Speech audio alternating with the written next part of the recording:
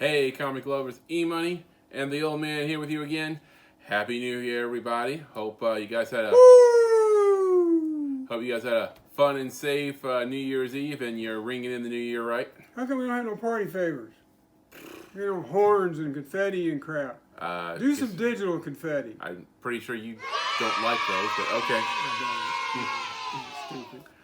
All right, so what are we talking about today? Well, we got some news coming out of Marvel for a change. No latest DC news, but we do have one DC story, not really James Gunn related as far as I know.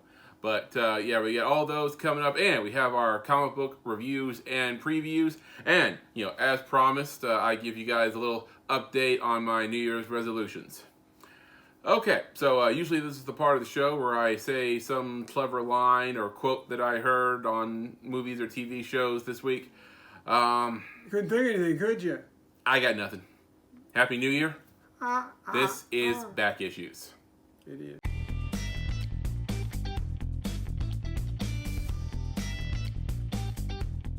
Alright, so before we get started today, don't forget to subscribe to our channel, turn on notifications, give us a thumbs up, and if you like, leave us a comment. One of our joint resolutions is to reach 1,000 subscribers in 2023, so you know, let's make that happen, fellas. We should have done that 6 months ago. Probably. Slackers. But let's do it. Okay, so in entertainment news, so first of all, some scary news concerning actor Jeremy Renner this week. At last report, Renner is in critical but stable condition following an accident at his home near Reno on New Year's Day. Evidently, he decided to go head-to-head with a snowplow. Yeah. He didn't win. Renner was reportedly plowing the road about a quarter mile from his house after a massive snowstorm on New Year's Eve. The machine, a snowcat, accidentally ran over one of Renner's legs, making him lose a lot of blood. One of his neighbors, who was a doctor, was able to tourniquet his leg until paramedics arrived. The snowcat has been impounded by police pending an investigation.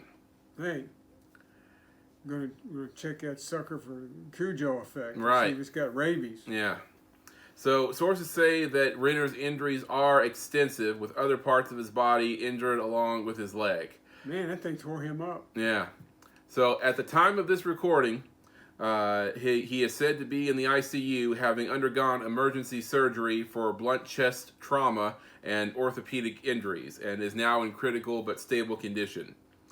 So his family has thanked everyone for the outpouring of support by fans, and want everyone to pray for Jeremy and hope to have a speedy recovery. Come on, Jeremy. Yeah, so suck it up. I mean, hopefully, you know, he makes a full recovery. We don't know what these injuries will do for the actor long term, but you know, we hope him all the best. We do. Yeah, absolutely. Okay, you know, on to some lighter news, some MCU related news. So, as you guys know, season 1 of She-Hulk premiered on Disney Plus last year. And the old man thought it was okay. The old man and I did a whole series of reaction videos to it, of which you can watch on this channel. Well, a lot of people saw fit to criticize the series.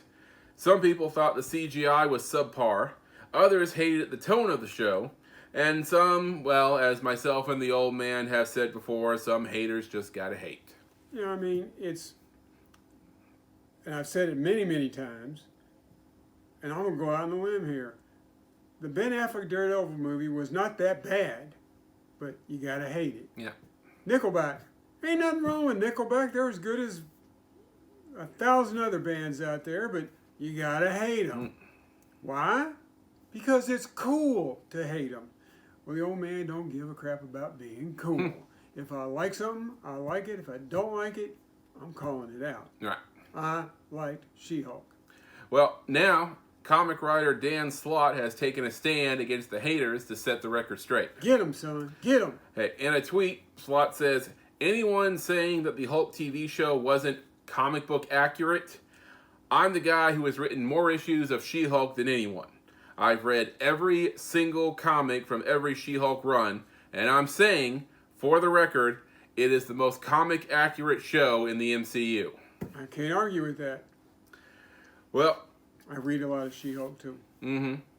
People also took issue with She-Hulk's infamous twerking scene with Why? Megan Thee Stallion. Why? Well, I have my own theory to share about that, and I'll get to that in a minute.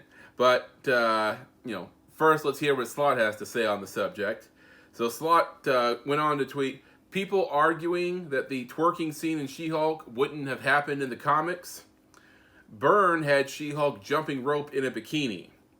I had her karaokeing, dancing, and partying so hard that it was causing structural damage to the Avengers mansion.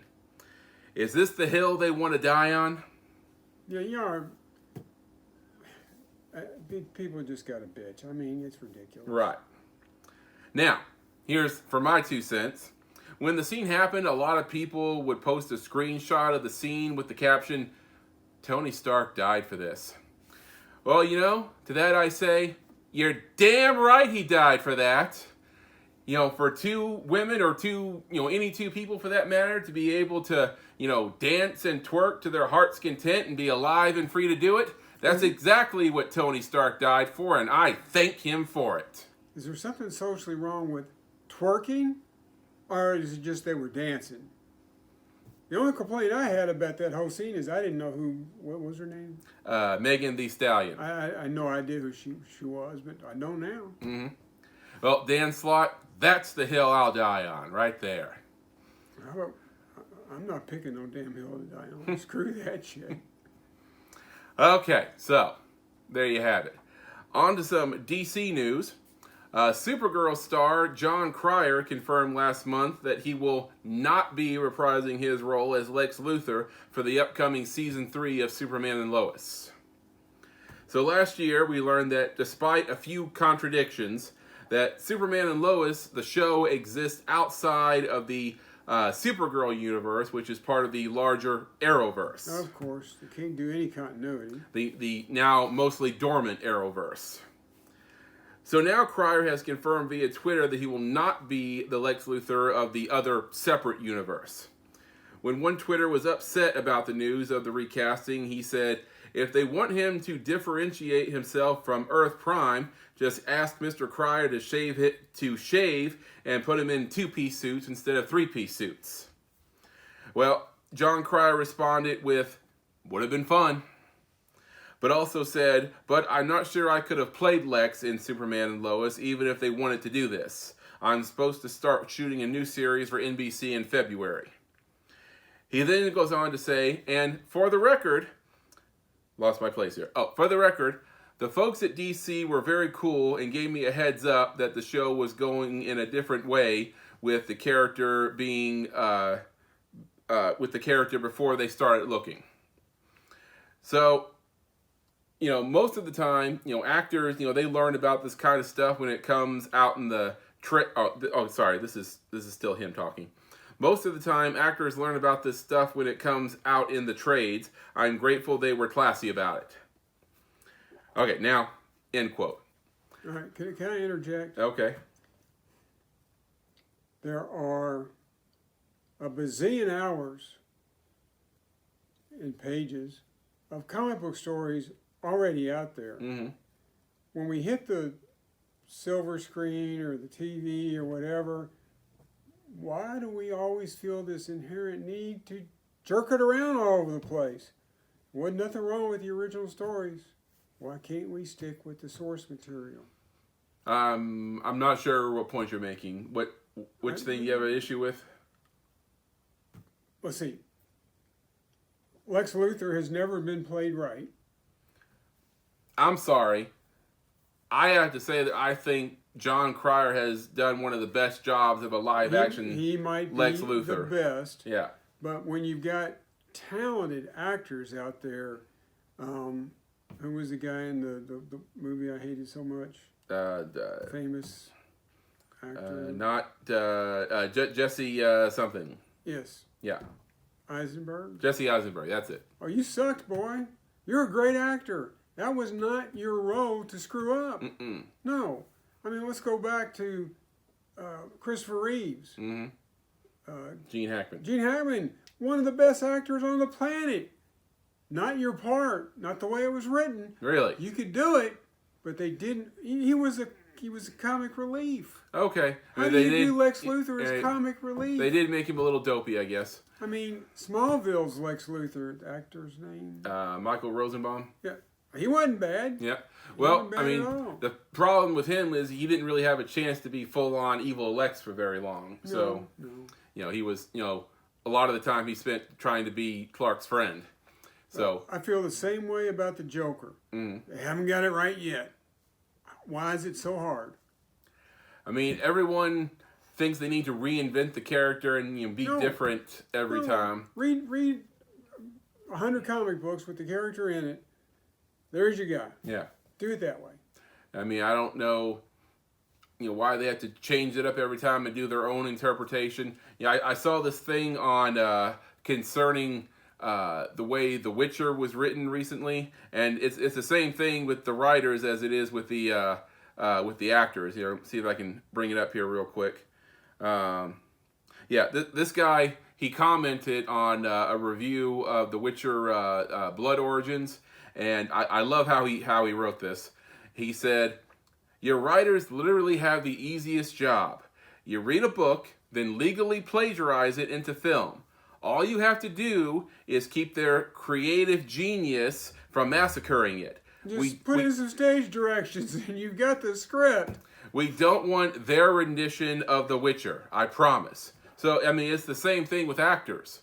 I mean, you have, you read the comic book and then you just do that. This isn't the actor's fault in most cases. It's the writer and the director. I mean, I'll make a case for most actors when people think the movie was terrible. I mean, they did the best they could with the script and the direction they were given. I will bet you, if Gene Hackman, to this day, is he still around? Still around. He's retired, but he's still around, last I checked. If he were to come out of retirement, I didn't want us to talk about a guy who was dead. That would be embarrassing. But anyway, he came out of retirement right here, right now, and you handed him a decent script. He could do Luthor. Mm-hmm. But Luthor is not now and will never be, should never be, comic relief. Mm-hmm. No, he's evil. He's just a terrible person. And he's so conniving and underhanded and sneaky. Mm-hmm. So, why you got to make him a clown? Right. Did we go off on a tangent? Yeah, we went off on a little bit of a tangent here. I think we went through a rant. Another one of the EMoney Yo Man rants. I've often posed this scenario to people before. People, they always come down on George Clooney for playing Batman and Robin. I mean, that was all Schumacher, in my opinion.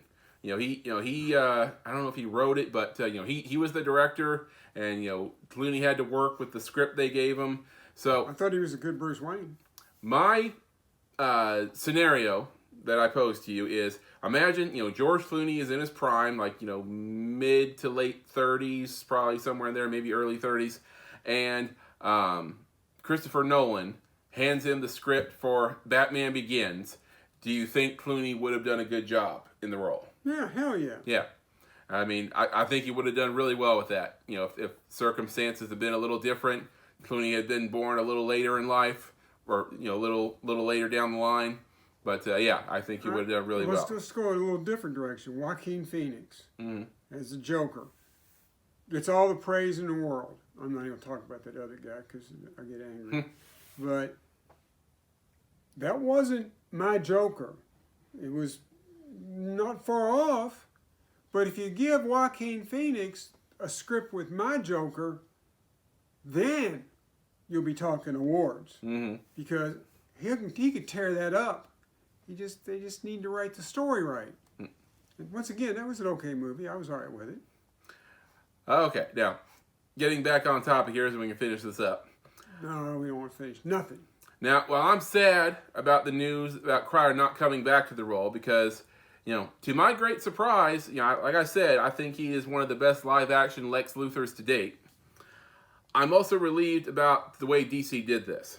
Now, I don't know how involved James Gunn was in this decision, but with Gunn and now with this story coming out about Cryer, it seems that DC has been very upfront, when it comes to canceling projects and telling the actors about it. Oh, hell yeah. Every other day you read the news, yeah, we canceled it. Yeah, we're done with it. I mean, it sucks they canceled the project, but, in other studios, they might just, ghost the actors, not return their phone calls, and then the actors find out what happened via Twitter or some press release on the internet later on.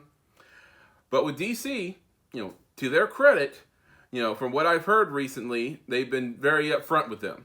They'll sit down and have a conversation with them and let them know what's going on. I would love to have been to have been in the room if I was wearing armor when the guy had the discussion with Dwayne Johnson that no more Black Adam for you, boo. Whew, that took balls. Well, so far it looks like everyone can walk away, disappointed, but amicably with no bridges being burnt. So, it's like I hate what they're doing with the cancellations, but the way they're doing it, respect, I guess. All right, you got another article? Because if not, I'm going to jump into something. Nope. Okay. I'm all done. Didn't I hear a rumor about Jason Momoa doing something for Marvel? Not that I can recall. I mean, people made a joke about Liam Hemsworth stepping into the Aquaman role, but I think that's just a joke. Seems like I heard...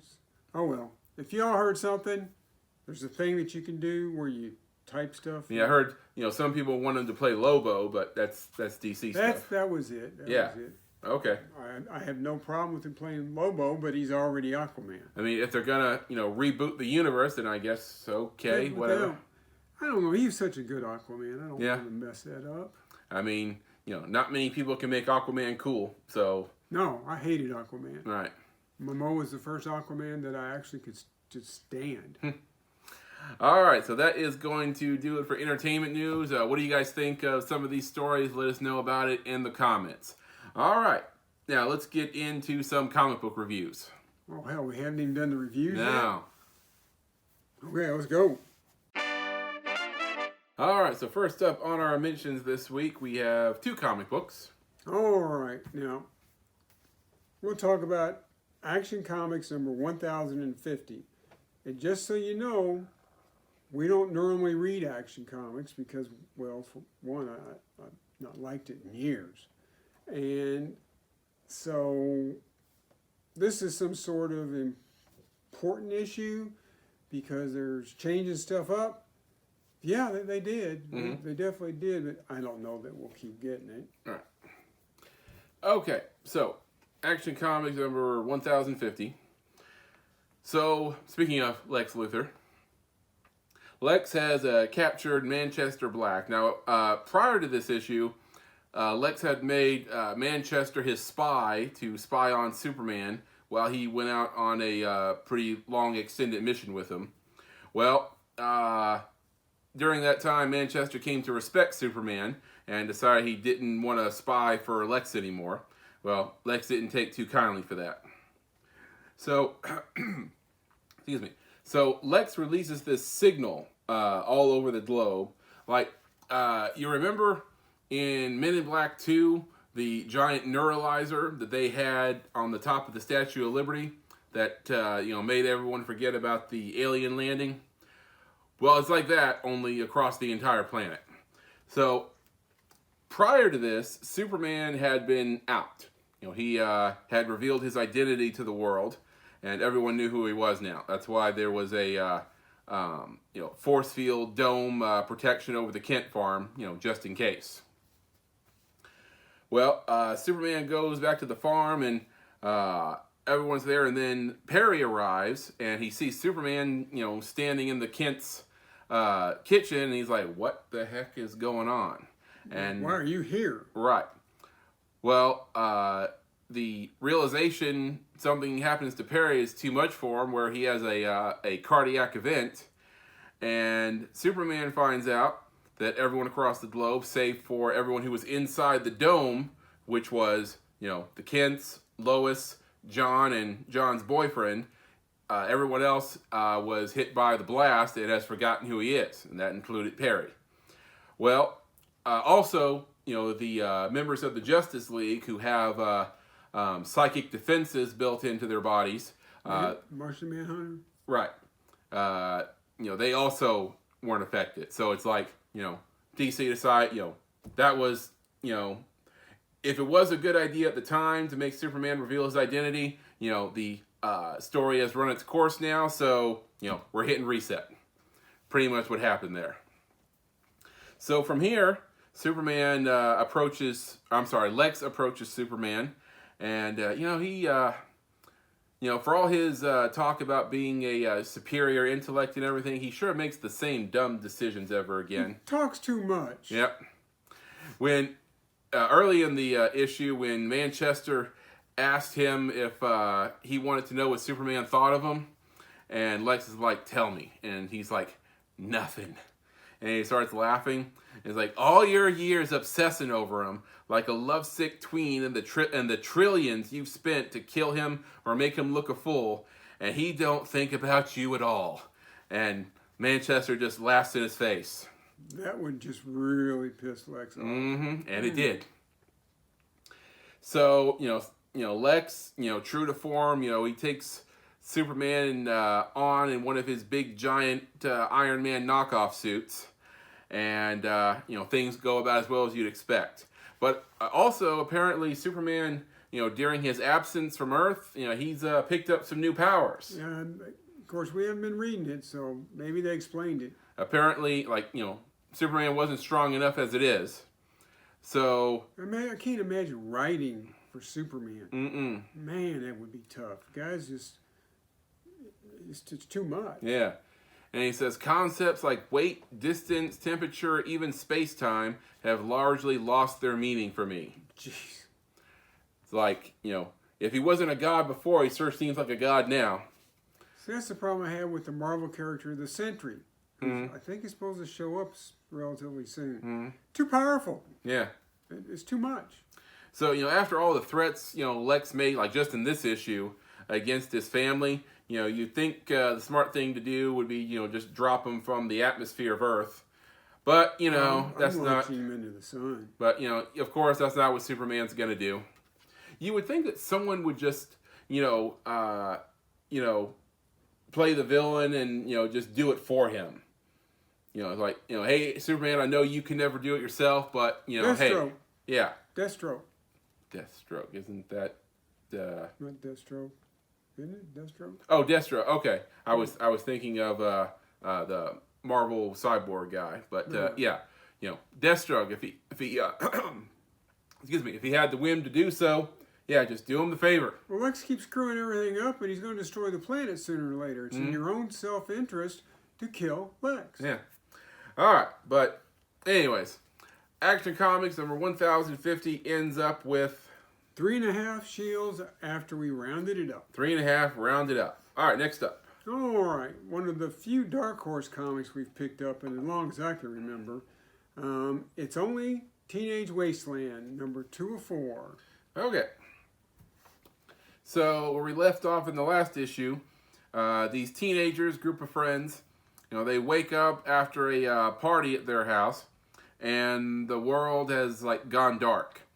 There's no one else around but them, and there's all these crystals that are sticking out of buildings and the ground and stuff, and no explanation as to how they got there. It's not even like they smashed into them. It's like they just appeared in the walls and stuff. Like they grew out of it or something.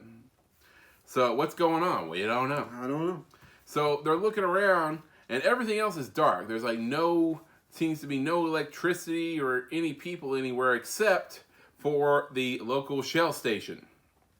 So needless to say, that's where they hang out. Yeah, I mean, they go in there, and obviously there's plenty of food to last them for a good long while. Yeah, it's one of those Shell stations that's got a convenience store attached to it. Right.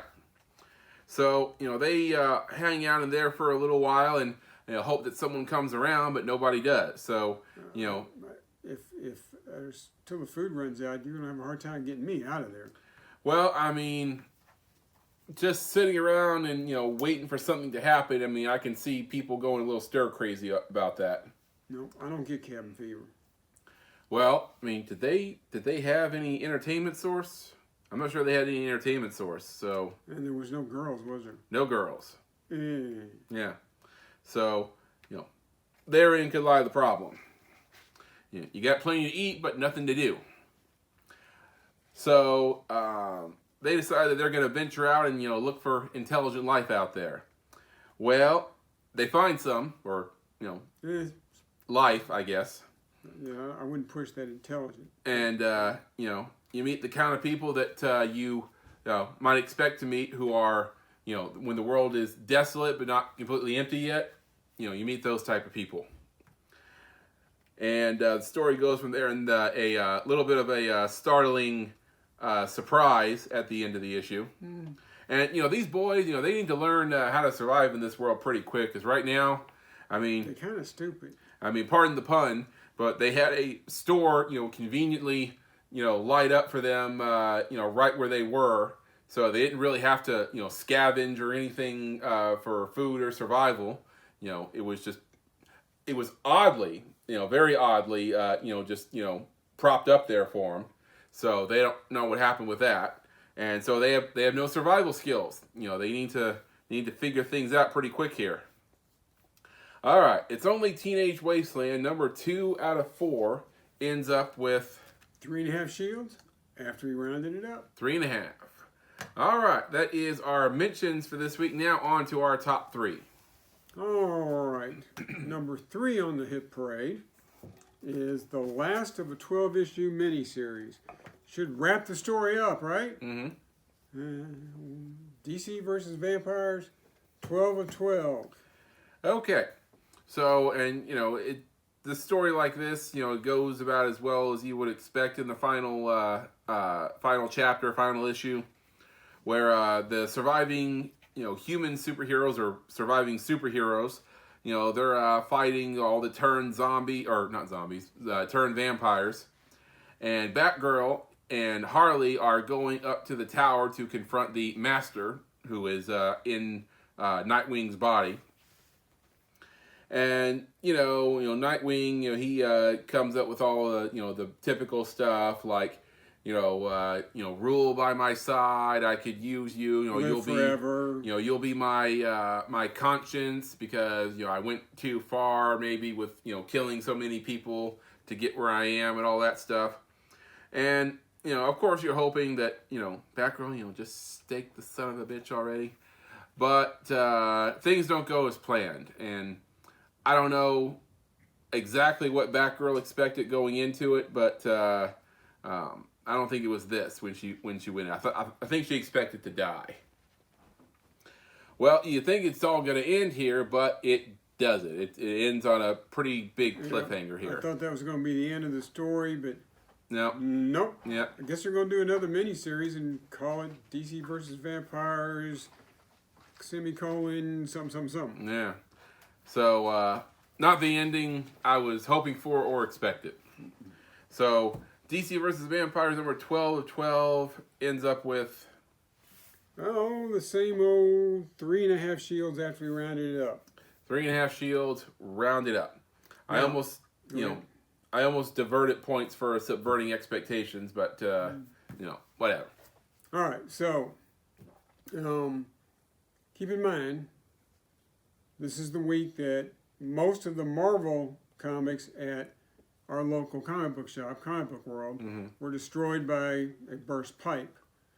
So, amazingly enough, one of the few Marvel books that survived made it to number 2 on our hit parade. Now, there was a timeless number 1 last year, which featured Kang the Conqueror. Well, he's back. Timeless number 1 this year. All right, so Kang the Conqueror, he is a time traveler and conqueror, and he has access to all of space and time. Well, not all. Apparently, there is a missing moment. A moment. He's getting all bent out of shape over a moment. Is that just a name, or is that like a literal 60 seconds? I got the impression it was less than 60 seconds. There's a moment of which in time that Kang cannot access. And, all of the, the scholars and the wise men and everybody who he confronts, trying to find out how to reach it, and they all tell him about the same thing. The moment is not meant for you. The moment will be accessed by heroes and not by the likes of you. Well, in some incarnations and sometimes he has been a hero. But overall, no, he ain't. Yeah. Well, Kang refuses to accept that, of course. Yeah. So in all his studying and research on how to access the moment, he is visited by a rival, another scholar who is, intent on assassinating the Conqueror, and he brings with him his acolytes.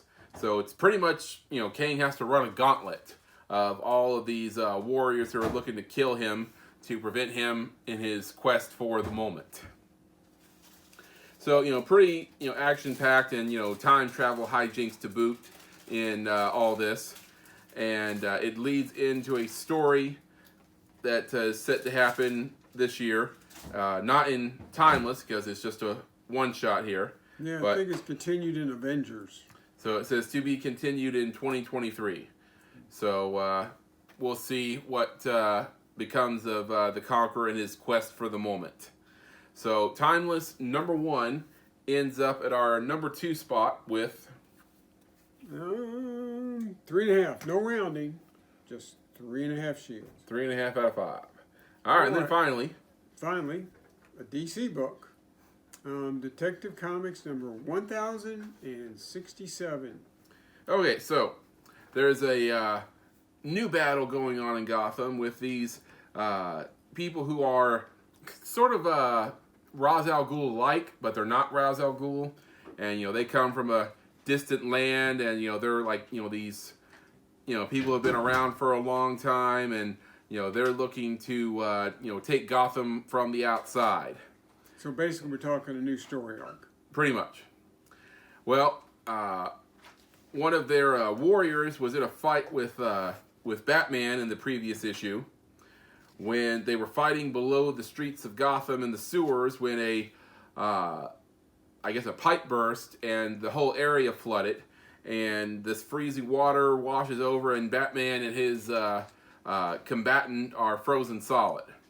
Well, then Batman is rescued by none other than Victor Freeze. Didn't see that coming. Yeah. Nope, did not see that coming at all. So Victor pulls Batman back to his lair, and with the use of heat lamps, nurses him back to health. And so Batman, when he wakes up, has a discussion, and Victor gives him a method with which he might be able to defeat these new foes. But, in return, Victor says, you just leave me well enough alone. I'm not doing anything to hurt anybody. I'm not hurting Gotham. So just be cool. Yeah. And I like the way Victor makes a realization about Batman. Gotham is your Nora, isn't it, Batman? So, they kind of come to an understanding, and Batman leaves him be for now. So, how will Batman, or perhaps Bruce Wayne, combat with this new enemy? Well, with Bruce Wayne as he is now, his resources are somewhat limited. Yep. His cash flow is somewhat hindered. Right. So we'll have to wait and see. So Detective Comics 1067 ends up with 4 shields after we rounded it up. No, I guess that's not necessarily true.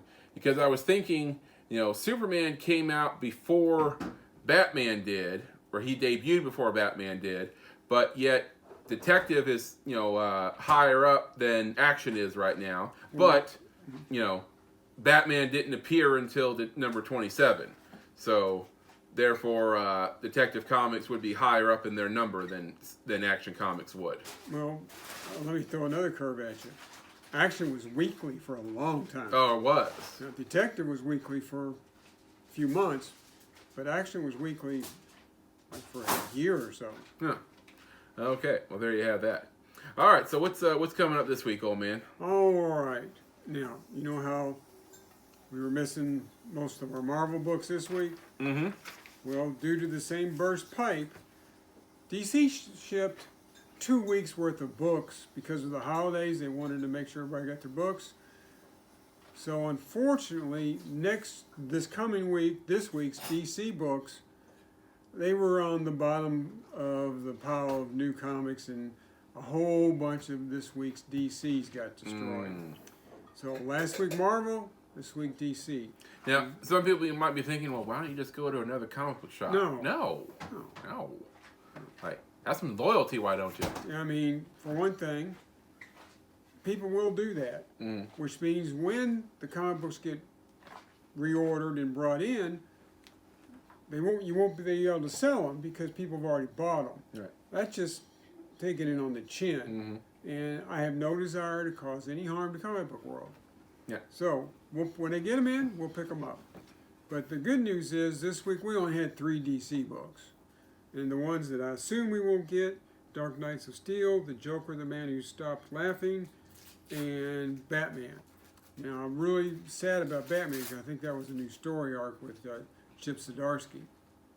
Okay. So, kind of worried about that one. But anyway, the books that I'm pretty sure we're going to get, that I'm looking forward to, Fantastic Four #3. Those first 2 Fantastic Fours were very, very well written. I enjoyed those. Then you've got Joe Fixit. Do you know who that is? Well, Mr. Fix-It was the Gray Hulk for a while. And that's was who that? Joe Fixit Oh, okay. is. Didn't know his first name was Joe, but all right. Right. Joe Fixit is the Gray Hulk who was a bouncer or a fixer in Vegas for a while. And he's getting a #1 book. I'm curious to see how that goes. And Scarlet Witch is getting her own book. I was saying kind of like, I think, what's his name? Harvey Keitel in Pulp Fiction? That kind of character. Yeah. Except with huge muscles. Yeah, right. Anyway, Scarlet Witch gets a #1 book. It's not her first series. But I'm not sure where we're going. Is she a villain? Is she a hero? She was recently dead. So, I don't know.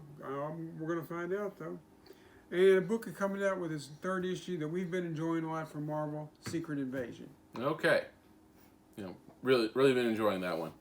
All right, so that is our comic book previews for this week. Give them at your local comic book shop right now. All right, and now on to our next topic and wrap up. All right, guys, so a few things here. One, no Whatnot auction this week because I will be working on a show for the next few days, so not going to have time to do an auction. And what's the show? The show is called The Dead Files. It's on the Travel Channel. And so you're saying you working on The Dead Files is more important than us doing a Whatnot auction? Pretty much, yeah. Okay, I get it. And also, I'm not entirely sure we're going to have this show next week. Might be a little late if we do have it, but sorry, might not happen next week. We'll see. Yeah. So